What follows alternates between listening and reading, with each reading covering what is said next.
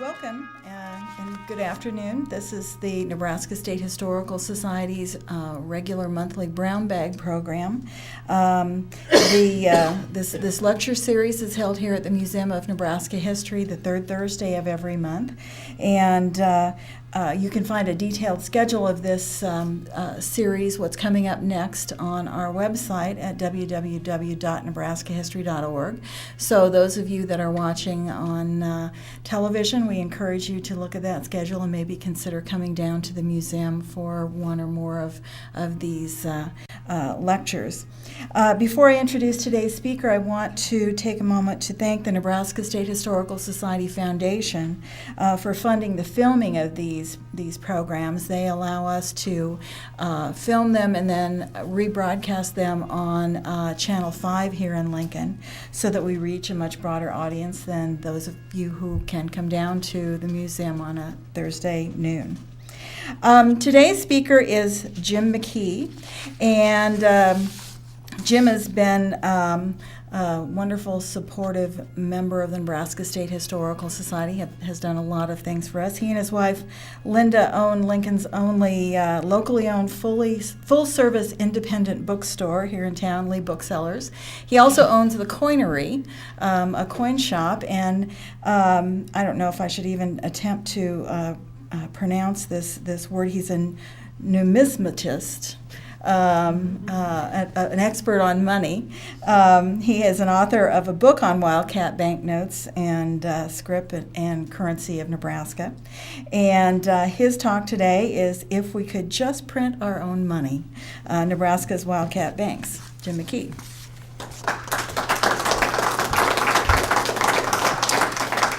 Thank you, Ann. We'll be talking just about a very small slice of Nebraska history today, really running from just shortly after territoryhood up till maybe stretching it even to 1862, something like that.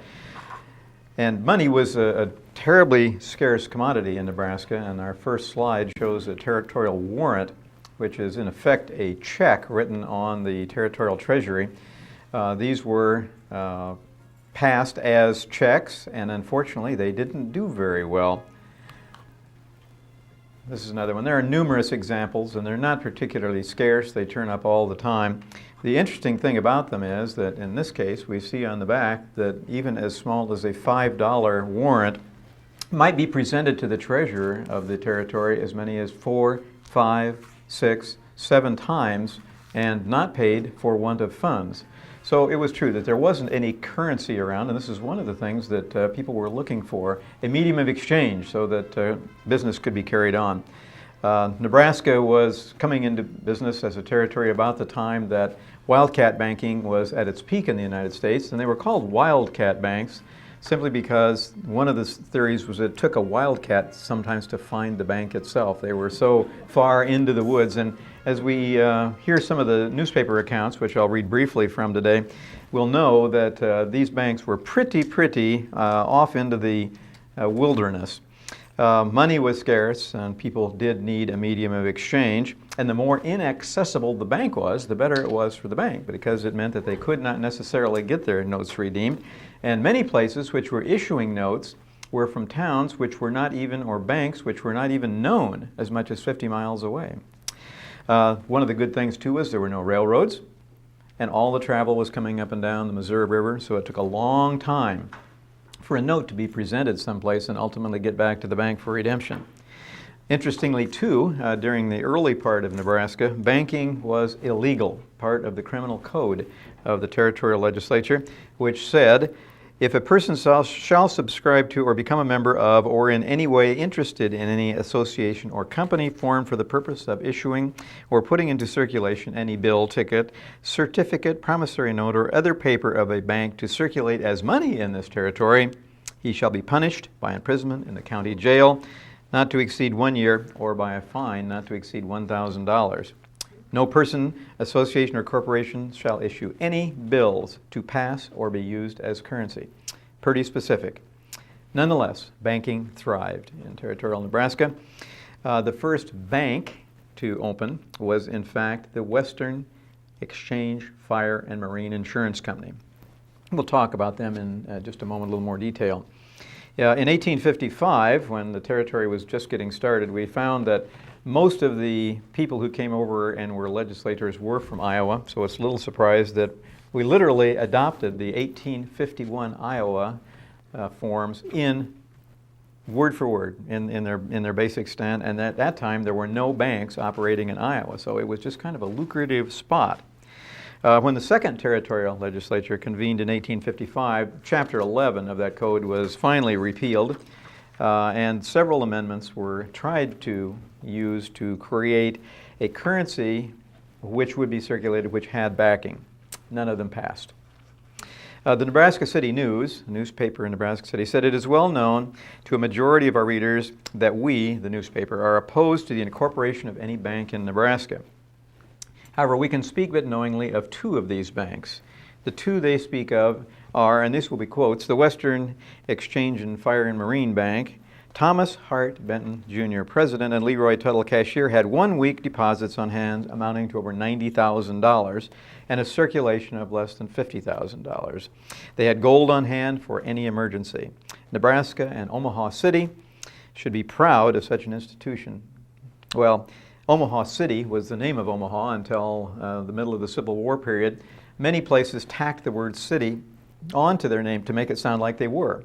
And of course, Omaha at that time was little more than a thriving village. The city word was dropped in about 1863, 1864. Then they speak about the Platte Valley Bank, which is a younger institution than the one just mentioned, and its officers, we believe, intend on making it fully equal and worth to any concern in the West. $30,000 in American gold, $20,000 in silver, foreign gold, and Eastern drafts may be seen in the vaults of Prairie Valley from day to day. I'm sure you had to look pretty carefully. This is the Western Exchange Fire and Marine Insurance Company building. On March 16th of 1855, the Territorial Legislature officially chartered the Western Fire and Marine Insurance Company of Omaha, and although its name belied its true purpose, the firm was in fact the first financial institution in the state of Nebraska and was chartered by the territory. By winding around certain definitions of the word in the charter, the firm managed to print $1, $2, $3, $5, $10, and $20 notes. They're quite attractive, as a matter of fact, and this one you'll notice carries the words Omaha City on it. This bank was led by three men who absolutely knew what they were doing. Thomas Hart Benton, Jr. was the son of the famous senator from Missouri. Leroy Tuttle, the cashier of the bank, later became the assistant treasurer of the United States. And the teller was A.U. Wyman, who was the son of Omaha's first postmaster, and he was later the United States treasurer. So they knew exactly what they were doing, and they were literally, however, an unadvertised branch of the bank known as Green, Ware and Benton of Cedar Rapids, Iowa, where they also operated under a very similar cloudy title. That's a $5 note, and I think the next one should be the $3 note. And this one is a little more interesting. They did issue all of the notes I mentioned. If someone gives you a $3 note today, you probably either think you're at Lee Booksellers or you look at it very skeptically. However, at the time these notes were issued, it was not uncommon to have bills, for example, 12.5 cents, 7 cents, $4, $7.50. Anything that was a value deemed needed in the community would be issued. And of course, 12.5 cents was part of a Spanish milled dollar, which was chopped into pieces with a cold chisel into what were called bits. So some of you may be old enough to remember 2 bits, which is 25 cents or a quarter of a Spanish milled dollar. And therefore, a 12.5 cent piece would be a bit, which we don't run across too much anymore. However, we see 12.5 cent notes all the time. The bank itself was located on 12th and Farnham, a site which would later become the site of other banks, including the Hamilton Caldwell Bank and later the United States National Bank. And we saw that picture at the very beginning. Because the notes were quite attractive and well executed, they were often, early on at least, accepted without discount by the area businessmen and banks as well. The Nebraska City News went on to praise them in all sorts of other flowery terms. However, in 1857, a panic or depression started on the East Coast and worked its way west. And about the time it got here, we also were overcome with a grasshopper infestation, and it hit all of Nebraska businesses equally hard. And on September the 24th of 1857, after being in business, literally a year, the Western Fire and Marine Insurance Company, the safest bank of them all, also went down. Dr. Enos Lowe, John Parker, and Mr. Wyman were appointed to liquidate the assets and pay all the creditors. Although they had some receivables on hand and notes, it showed that they had a outstanding amount due of $250,000, while in the vaults they had $2,000 in gold. Paradoxically, the most interesting part of their assets proved to be the most valuable, and that was the printing plates from the notes. And they sold then in 1857 to a man by the name of Olaf Johnson, who had started a community near Galva, Illinois, called the Bishop Hill Colony. And he bought the notes, and you'll notice on the right-hand side now, instead of being paid in Omaha City, this one says Bishop Hill Colony. And all of the notes in the denominations issued in Omaha were also issued by the Bishop Hill Colony. However, most of those never saw circulation. That colony foundered and went out of business itself, and they joined the ranks of those things which are interesting but have very little intrinsic value today. And there you can see Mr. Tuttle's name in the lower left-hand corner of that one. Now, when Nebraska came into being as a territory, one of the things that was needed, of course, was a territorial capital, and the capital had moved around from borrowed rented quarters. And until finally, by 1856, it's obvious that we're going to have a Capitol building. Section 15 of the Organic Act, which created the Nebraska Territory, stipulated that the federal government would underwrite the cost of such a building at the seat of government. They felt that $30,000 would be sufficient. They also expected the city of Omaha to go ahead and start building the building, and that they would later reimburse them for the amount.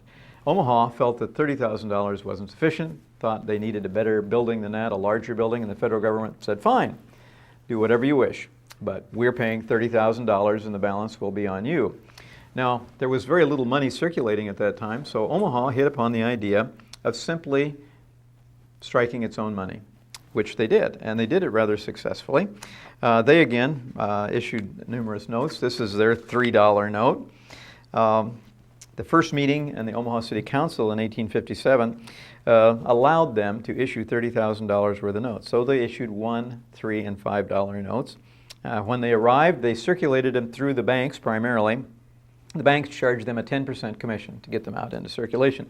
And the idea was this: if you think of it as a check written on the city treasurer rather than a $3 bill, and it will circulate and then be brought back to the city treasurer, who will redeem it in gold, silver, or some sort of specie.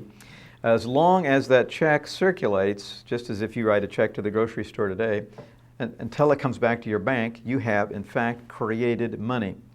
So the idea was we would write these checks or issue this money and pay the contractors, pay the builders and so forth with this money. They would in turn then take it and not bring it back to the city for redemption, would go to the grocery store, buy groceries with it. The grocer might buy eggs from the farmer might then take it to the lumberyard and buy lumber. The lumberyard man might pay his employees. And so the money hopefully would continue to circulate within the community until there was tax revenue in the city treasurer, so that when they were brought back for redemption, they could be redeemed. And it worked. It worked rather well. And perhaps sadly, it worked too well, because Omaha thought at that time they needed a hotel. So they just decided to strike off another $10,000 worth of notes and back the construction of a hotel. Well, that's when that part of the proposition failed, and ultimately they had to back off. But the notes from the city were pretty well redeemed. And the next building, or the next bank, is the Fontanelle Bank of Bellevue. And this building still exists. Some of you may know the building. Later was the Sarpy County Courthouse, as you see there, and still stands today on Main and Mission Streets in Bellevue. This is one of their notes. They were chartered by the second territorial legislature in 1856, and like most of the banks, they received a 25-year charter, and that they were allowed to open as soon as they had $50,000 subscribed in capital. But the territory had no way of really checking up on these things, so there was no bank auditing, and it was merely winked at and went on. They later were sold to Green and Ware of Iowa, the same guys who were behind the Western Fire and Marine Insurance Company. They bought them because they wanted to circulate the notes in Iowa. Obviously, the same reason. They wanted to circulate them as far away from home as possible. By 1858, the bank had failed, and they left about $150,000 worth of outstanding notes that were unredeemed. And the newspaper in Bellevue said that it illustrated that corporations have no souls, some banks have no bodies. Because here was a bank that was literally in another state. And as I said, the building does still stand today. This is a Brownville Bank, represents all the banks, I guess we'll have to say, in Brownville. The first one we'll talk about is the Omaha Valley Bank of Brownville. This charter was first turned down in the legislature, but later it came back in and was reinstated in 1856. The bank building was a two-story brick building of brick located on the corner of 2nd and Main Street. And the Nebraska Advertiser had this to say about this bank. If having a safe has anything to do with the security of the bank, Omaha Valley must have a sound institution. The big safe for the Omaha Valley Bank arrived per steamer St. Mary. Its size may be judged when we say it was tight pulling for 8 yoke of oxen to take it up from the river to the bank building itself. It is capacious enough to hold plenty of spondulics. Now, I love that word, and when I read through it, I thought, I've heard that word, and the only place I could ever remember hearing it was W.C. Fields said it in the bank deck. He referred to money as spondulics, and I had always assumed that it was just one of those words that he made up, but lo and behold, it's in Webster's Unabridged Dictionary, in the big dictionary. So, spondulics, feel free to go out and use that word in your transactions for the rest of the day, and we'll see how long it takes to scatter through the city of Lincoln, probably forever. At any rate, it is capacious enough to hold plenty of the spondulics. But we hope the article will not be confined to the iron prison. In other words, they want the money to circulate. Let it have free course run, and if it doesn't glorify itself, it will the people. Well, when the Omaha Valley Bank failed in 1858, the same newspaper said, at a recent session of the District Court at Brownville, Nebraska Territory, the condition of the Omaha Valley cat, Wildcat, came up. The animal was hauled over and found badly singed.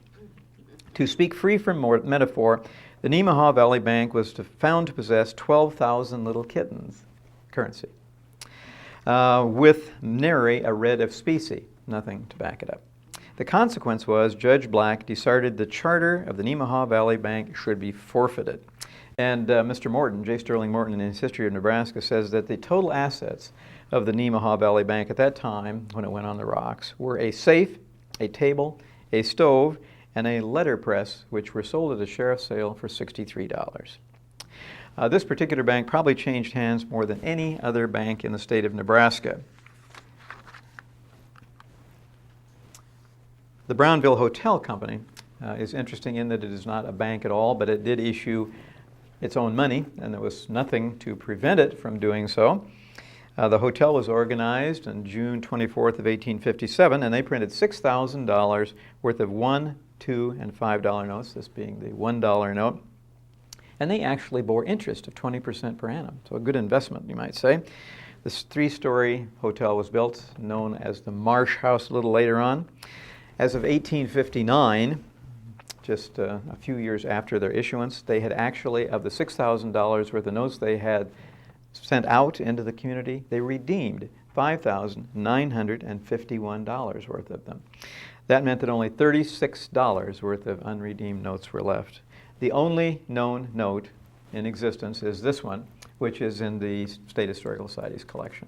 And it, like a lot of the very, very scarce stuff, was given to the Historical Society by a man by the name of Julian Metcalf, a banker himself. Soto. Soto is an interesting town up on the Missouri River, which is no longer. There is absolutely nothing left of DeSoto. The river changed its course, and the city of DeSoto, which was a very, very large, prosperous community for a time, and including Thomas Perkins Kennard, whose house is catty-corner from the Capitol building. Mr. Kennard was from near DeSoto, and of course the town Kennard, interestingly, was named for Thomas Perkins Kennard. This is the depot. And everyone would have done pretty well if the river hadn't gotten contrary like it did at Old Wyoming and simply moved further to the east and left it high and dry. Several banks in DeSoto, as I said, a very successful community. This is the Corn Exchange Bank, a $1 note. They had no charter at all. They just decided, what the heck, and started printing money. The Nebraska Inquirer newspaper said in 1861 that the bank had changed its name from the Western Land and Exchange Company, which was a bank in Omaha. The vignette is of a young lady by the name of Inez Coleman. And it's one of the more common issues of notes in Nebraska. Very nice conditions of this note can be turned up, bought in that condition for probably $20, $30, $40, something like that. So pretty common. There were 8 different varieties of $1, $2, and $3 notes. This is the Wabeek Bank of DeSoto. And who knows what Wabeek means? I was unable to figure it out. It opened in 1857 and had no charter either. Much like Lincoln's first bank, they just put a sign in the door and said, "We are a bank."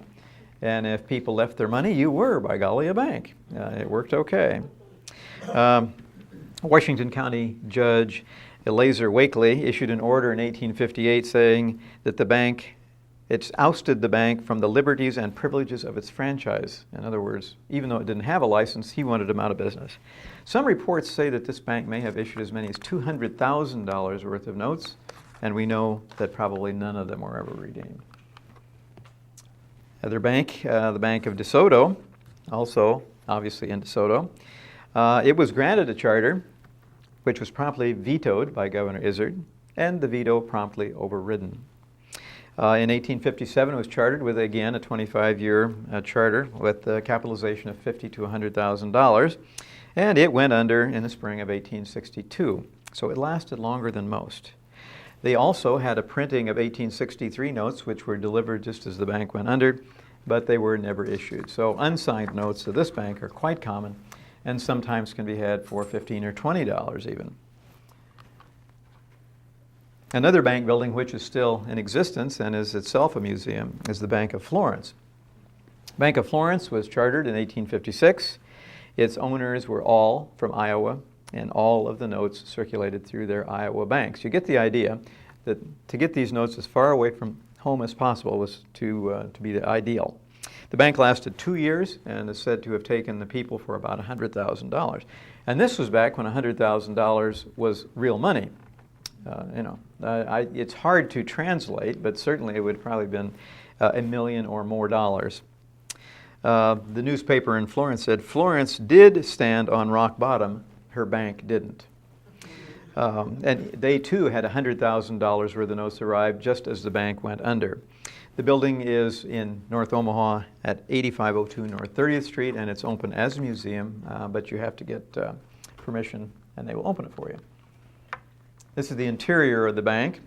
We know more about this bank than almost any of the others in some regards. This is one of their notes, the $1 note. The Omaha and Chicago $5 bank. They were also denied a charter by the 3rd Territorial Legislature. Then in the 4th, the legislature actually came out with a bill saying they could not organize. So they organized, and just completely disregarded it all. Now they occupied the old Western Fire and Marine Insurance Building at 12th and Farnham, which, as we mentioned earlier, was later the U.S. National Bank. They used the word Chicago on here. It's Omaha and Chicago. For a long time, we assumed that the Chicago they were talking about was a small village, if it even really got to village status, west of Omaha. And it would be encompassed by Omaha today. But really, probably what was going on is they're using the word Chicago to show faith, confidence, and something solid behind it, which it didn't have. Some notes were redeemed, but not very many of them.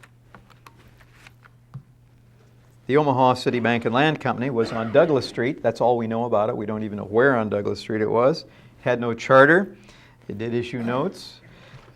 Most of the notes were redeemed, however, interestingly enough. Here's a bank which could easily have gotten away with doing nothing, but in fact did redeem most of their notes, and this is a very scarce bank for that reason. The Bank of Nebraska in Omaha City, chartered in 1856. The bank was at 12th and Farnham.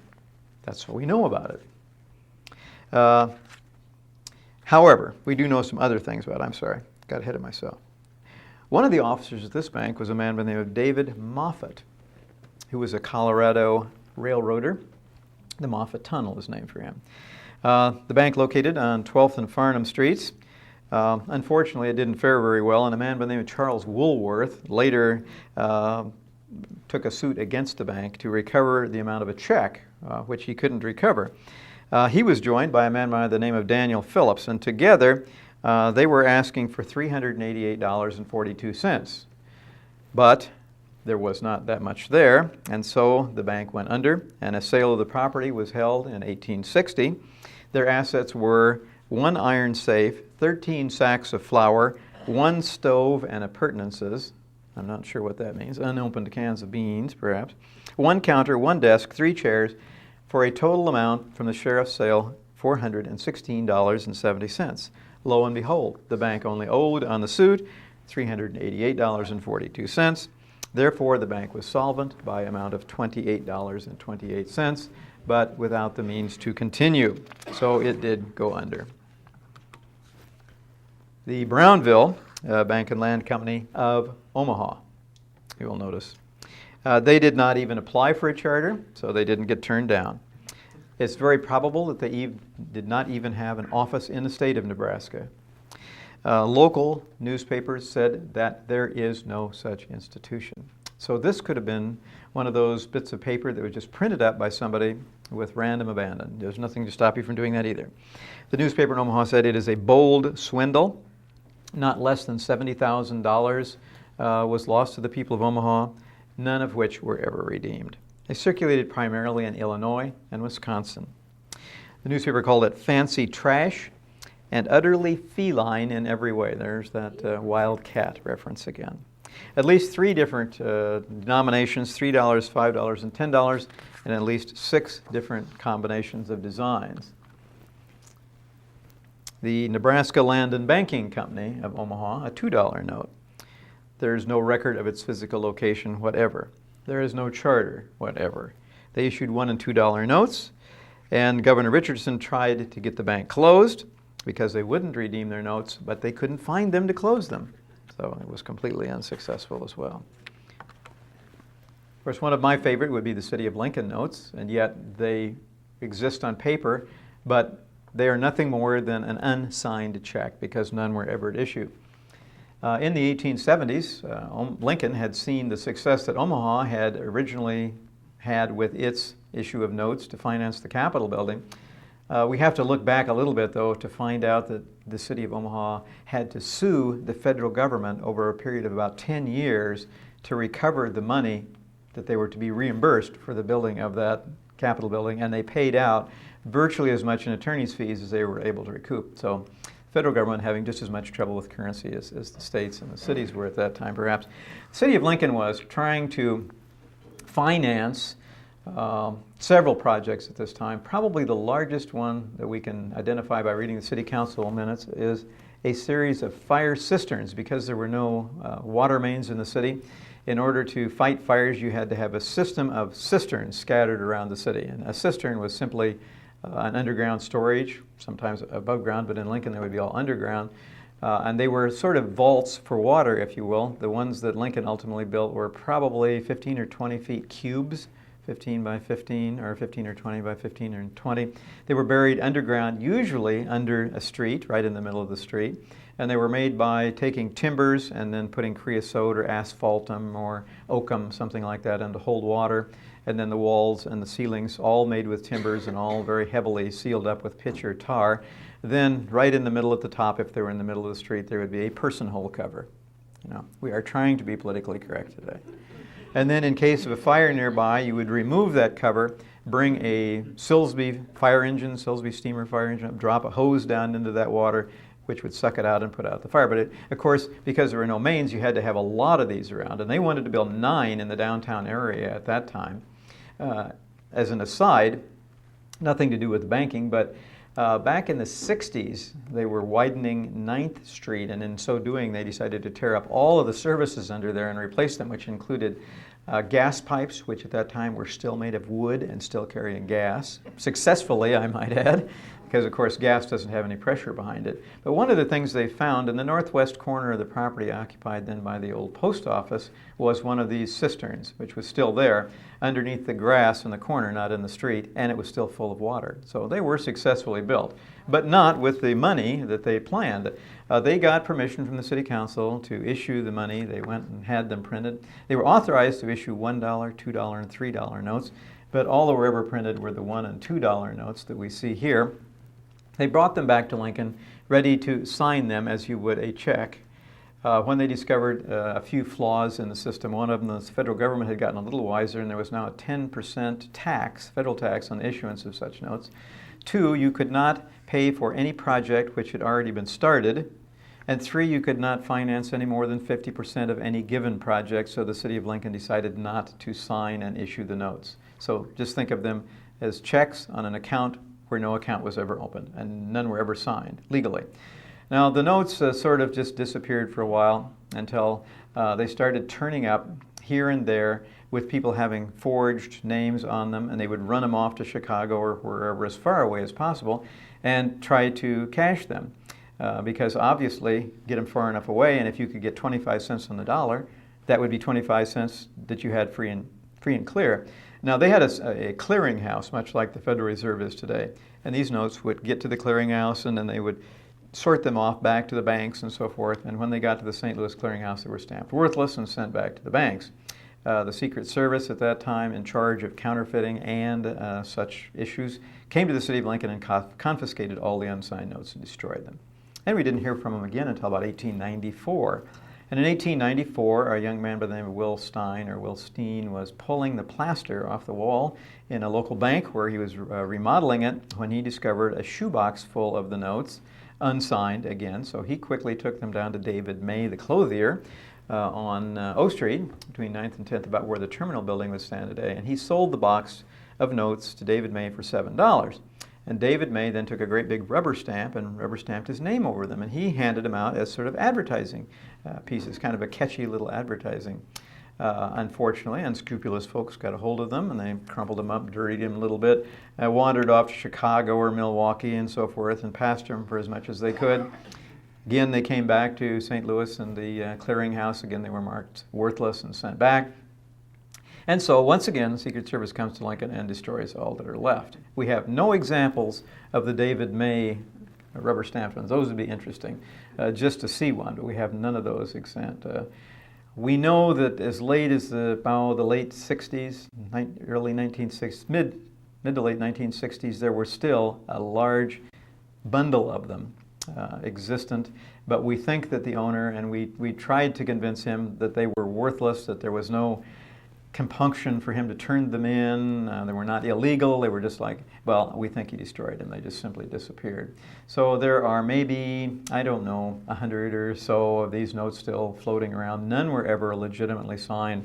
None were ever issued, but an interesting bit of Lincoln's history, but of no value in a way, and yet pretty darn scarce and expensive if you go on to eBay and try to buy one. But if you do, you will be bidding against Matt Hansen. And he wants all of them. Matt probably has half a dozen of them or so at this point in time. The Platte Valley Bank of Nebraska City, a $1 note. They existed about a year, the Platte Valley Bank, but an interesting bank nonetheless. One of the incorporators was a man by the name of Bulware, who also had a ferry across the river there. And he was a legislator, so he had no trouble in getting his charter in 1856. And he was authorized to issue $500,000 worth of notes. Newspaper articles in the city disagree as to whether the bank may have started in a house or in a purpose-built brick building at 5th and Main Streets, which he built for the Oddfellows, Temple above it and so forth. We don't know. But at any rate, in 1857, again, we had that really tough year come along, and rumors began to circulate that the Platte Valley was going to go under. Mr. Knuckles, Samuel Knuckles, the same guy for whom the county was named, who was an officer of the bank, told depositors who were eager to get their money out of the bank that a steamboat of gold coin was just about to arrive from St. Louis. And they believed him. When the boat docked, a man got off the boat and walked towards the bank with 2 heavy canvas bags. He came, dumped them on the counter of the bank, and said, "There it is, if you really want it." Well, interestingly enough, the people saw the 2 bags, felt that the rumors were groundless, and they left. Interestingly, the 2 sacks were washers intended for an Omaha hardware store. Well, the 1857 panic continues, and a group of St. Louis businessmen had accumulated a bunch of all sorts of Nebraska notes, and they sent an emissary up to Nebraska with suitcases full of notes to get whatever he could out of them. And he started up at the top and worked his way down the river. He took the steamboat to Florence, and then he got on horse and headed downstream. When he got to the Platte Valley Bank, what he didn't know was that they had heard ahead of time that he was coming. So they left a man by the name of George Sroat on the steps of the bank. And so when he came up to the bank, Mr. Sroat said, "What's going on?" And he said, "Well, the guy that owned the bank was going to be back in a day or so, and that he would be right back, and that if he would wait, he could redeem his notes then." So the agent left for Brownville to see what he could collect there, and then came back on the stagecoach the next day from Brownville.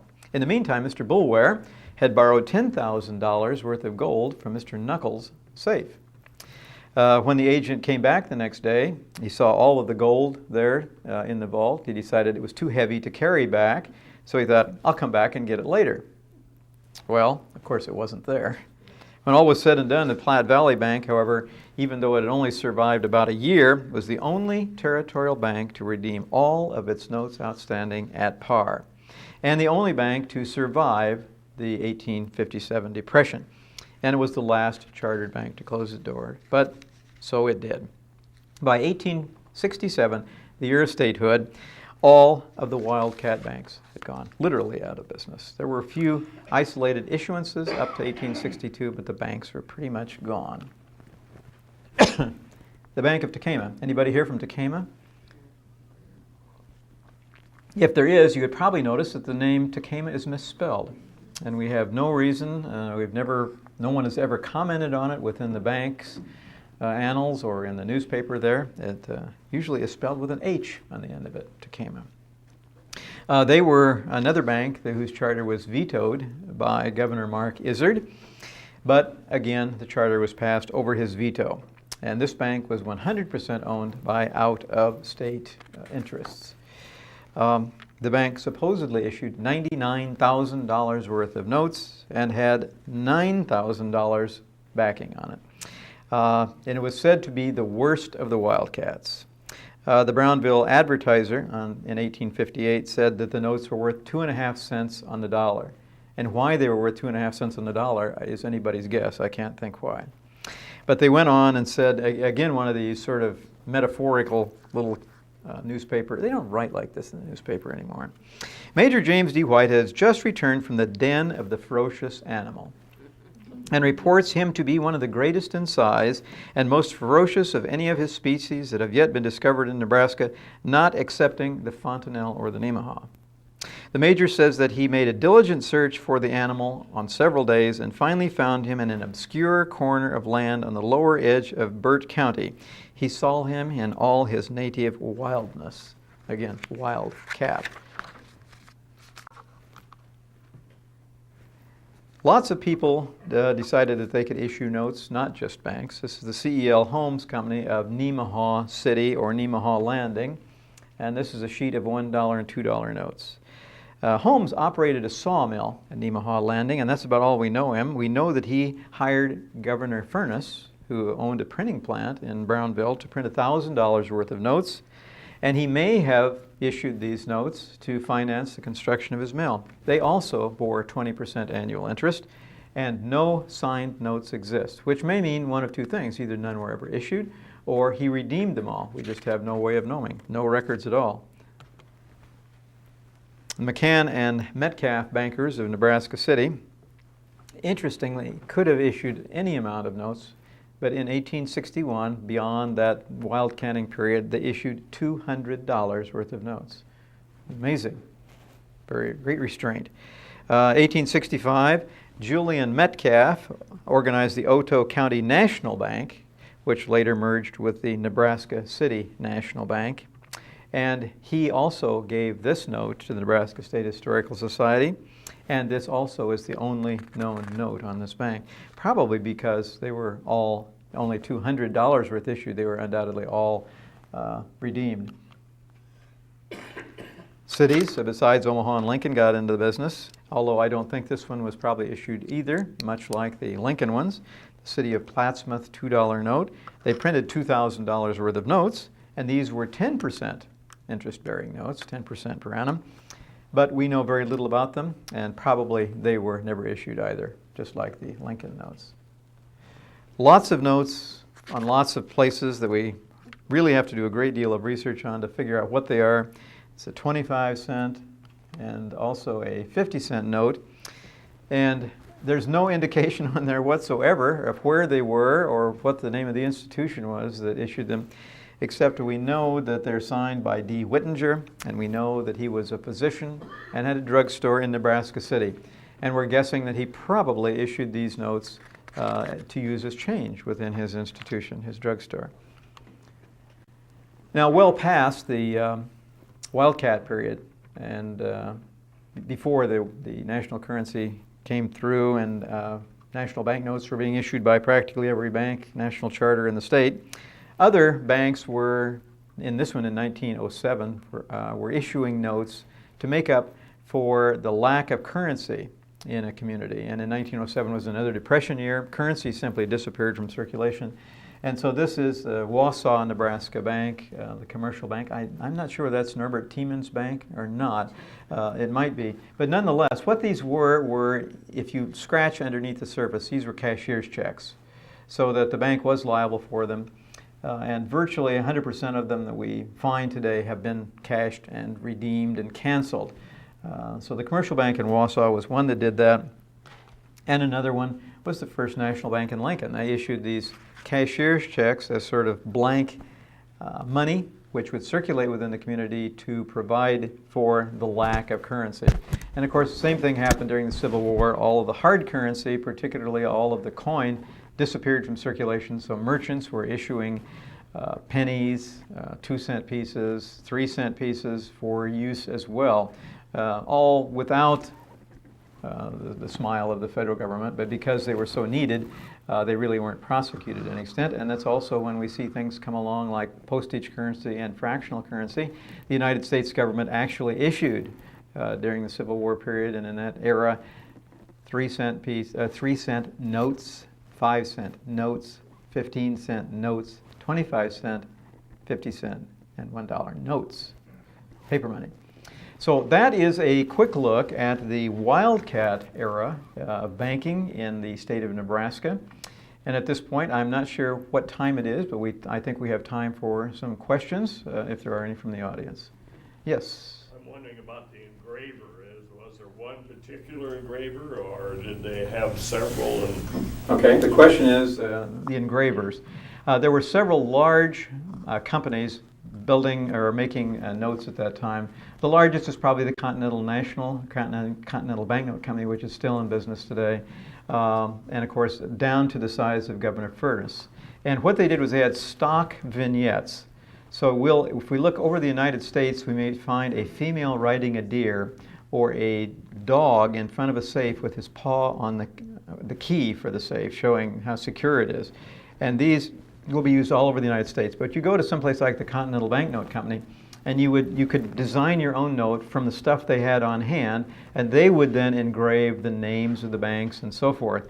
So you could get the most beautifully engraved notes, made them really look like they were worth something. You would pay very little for them. And even Governor Furness's notes, you notice, he had stock cuts that he could use, and very, very frequently it's the safe with the dog in front of it with his paw on it.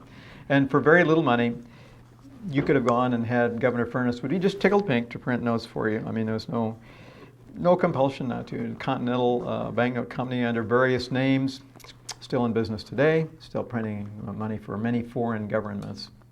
So same company. Another question? John? In terms of the economics of these things, I'm still unclear. Let's say a bank prints up $1,000 worth of notes. Yeah. But there is no money in the community, so how do they get outside of the bank so that there's any revenue back to the bank? Well, of course, the bank, and this is the same, the question is, how does the money get out of the bank and into circulation? But the biggest thing that banks did to get money out was to loan money. And of course, if you borrowed $1,000 from the Omaha Valley Bank, they wouldn't give you U.S. notes. There weren't any. They would give you those notes, and off you would run with them and pay off whatever you were buying. They would use them within the community to pay their employees. You know, they trickled out in some cases. But basically, it's the same way money gets out today, and loans are the biggest, as far as I know, method. But if you come back and pay the worthless loan off with worthless bills. Yeah, the point is, if you come back and pay off the note with worthless bills, where are you? Well, of course, these banks, most of them lasted a maximum of about 18 months. So the idea was to get in there, get the notes out, and go out of business. And I presume that, you know, many people would not have planned on paying off their debts within that 18 months, or most of them lasted no longer than 2 years. That was kind of the outside. And of course, if you did come back and pay your note off with those worthless notes, they had to take them, and they would not have made a profit. But remember, they could have turned right around and given those same notes back to somebody else again. And although they would have made no profit other than the interest on that, which is what they should have been happy with in the first place, they could still issue them again, and probably did in many cases. What they were supposed to do is they were supposed to cancel and not issue them again. But there was no oversight. That's one of the big problems. The state had no Department of Banking which oversaw these issues. They were, I think the territorial legislature even specified that the banks would be reviewed annually, but as far as we know, there was never any annual review of any bank. So there was just no means to follow up on it. Another question? Yes? Well, I noticed a stock phrase on a lot of these notes down there in the bottom someplace. It would say stockholders liable, stockholders individually liable. There you go. I figured those guys would probably be pretty hard to track down. But some of the early examples you had up there, I guess ones that being issued by towns, would say something like redeemable for city property. I wondered, is there any indication that that ever happened? None in the three instances of the cities that, well, of course, Plattsmouth and Lincoln never issued them, so it really was only Omaha that ever issued them. And as far as I know, that never happened. Now, one of the things that Omaha did along that line is, as they began to come in for redemption, one of the things they allowed people to do, even as they became worthless, was that they could use those notes to buy city land. So in that respect, sort of would answer your question. But individually liable proved to be absolutely worthless in 100% of the cases. So that was just a phrase that was used that carried no weight at all. And of course, the cities should have been, and Omaha, as far as I know, did accept them in payment of taxes. So in a way, yes. And city property was sold in Omaha to redeem the last of the notes. And unredeemed or uncanceled notes in Omaha are much better. They're tougher because literally all of those notes were ultimately redeemed. Yeah. The only recollection I have of two beds was like a haircut or something. Yeah. Cynthia remembers these notes in the 1850s. And she says the only thing she remembers about the shaving a haircut 2 bits was the use of the 2 bits. And of course, 2 bits, 4 bits, 6 bits a dollar, all for north is stand up and holler, yeah. But you know, if you ask a high school student today if you would say that, they would look at you with a glazed look on their eyes, as if you would say the word breakfast nook. You know, a friend of Linda's had a son who was probably 12, and he was reading, and he came up to his mother and he said, "What's a phonograph?" Yeah. Well, stop and think. If you're 10 years old, you've probably not been exposed to it. So things like that disappear rather quickly. And although I still frequently use 2 bits, I'd say the only people that it sinks into are people of an age, you know, our age, basically. Yeah. And I don't know what, but it's disappeared from the lexicon almost completely. That was a really popular cheer in the... Sure. 50s. Well, of course, I was in grade school in the 50s. Who said that? Yeah, I was in the 60s too. That's right. Okay. Another question. Anything but a correction. I can take comments, but if not, Ann, or I don't know whether we hit our 55 minutes, but that will end us for today. We look forward to seeing you, what, 3 weeks from today? A month from today. Okay. It will be cooler then, Anne assures me. Okay. Thank you very much.